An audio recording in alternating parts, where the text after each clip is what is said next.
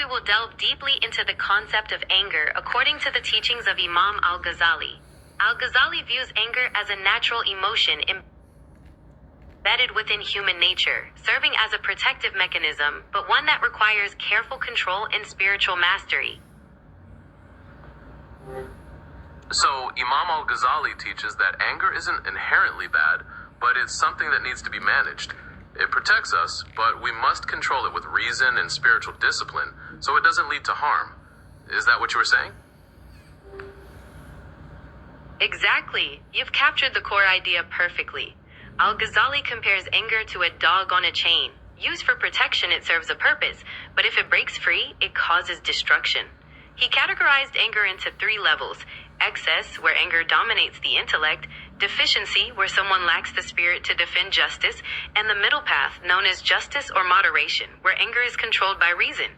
The goal, according to Al-Ghazali, is to reach that middle path, ensuring your responses are principled and just rather than reactionary. How does this distinction between excess and moderation resonate with you? That makes perfect sense, teacher. It shows that while anger exists, it shouldn't lead to blind rage, nor should we be passive about injustice. It really highlights the importance of self-control and using reason to determine when anger is justified and productive. Is it correct to say that the spiritual mastery you mentioned is about training ourselves to live in that middle path? That is absolutely correct. Spiritual mastery, in Al-Ghazali's view, is indeed the ongoing process of training the soul to naturally reside in that middle path. It involves purifying the heart from negative traits and strengthening the intellect so that reason always prevails over the animalistic impulses. This training requires consistent self-reflection, acts of worship, and mindfulness of our actions. Consider this. What specific daily practices do you think would be most effective for cultivating that kind of inner balance? Based on his teachings, daily practices like self-accountability or muhasaba, where you reflect on your actions and intentions, would be very helpful. Also, the constant remembrance of God, or dhikr, can calm the heart, and practicing patience, or sabra, when faced with difficulty would also help. Are there specific prayers or reflections that Al-Ghazali recommends for these daily practices, teacher? Indeed. Al-Ghazali emphasizes the importance of specific reflections and invocations. For muhasaba, he suggests setting aside time at the end of each day to evaluate one's deeds, asking oneself if one acted in accordance with divine law and seeking forgiveness for shortcomings. Regarding dhikr, he recommends various formulas of remembrance that can be integrated into daily life to maintain a constant awareness of the divine. As for sabr, he advises meditating on the temporary nature of worldly trials and recognizing that patience is a virtue that draws one closer to God. Are you interested in specific phrases or verses he recommends for any of these practices? Yes, please. I would love to know more about the specific phrases or verses that Imam al-Ghazali recommended. Learning them would give me a clear set of tools to practice these daily disciplines more effectively. For dhikr or remembrance, Al-Ghazali often recommends the regular recitation of phrases like Subhanallah, Alhamdulillah, La ilaha illallah, and Allahu Akbar.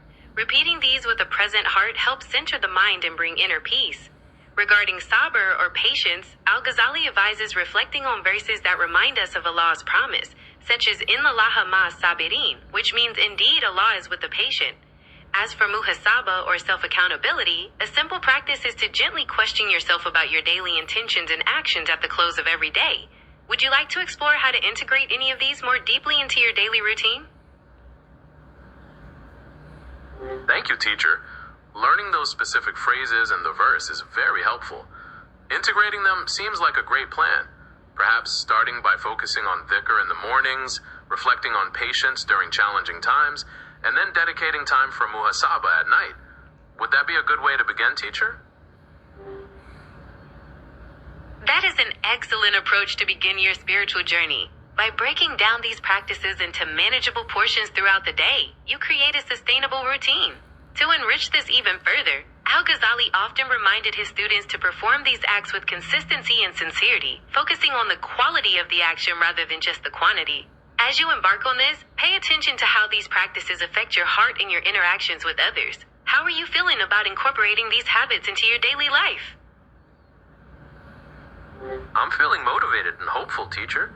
Your explanation has made the teachings very clear, and having this structured plan feels achievable. I appreciate your guidance in showing me how to apply these concepts in my everyday life. Is there anything else you would like to add before we conclude our lesson? I am truly glad to hear that you are feeling motivated and hopeful. To conclude our lesson, always remember that the ultimate goal of these practices is to draw closer to the divine and to attain inner peace. Be patient with yourself, for spiritual growth is a gradual process that unfolds over time. May your efforts be blessed and may you find tranquility in your heart. You may continue with your day. Thank you, teacher. I will keep your words in mind and strive for that inner peace. I am ready to proceed with my day now. It has been a pleasure guiding you today. Go forth with that intention and may your day be filled with peace and purpose. Goodbye for now.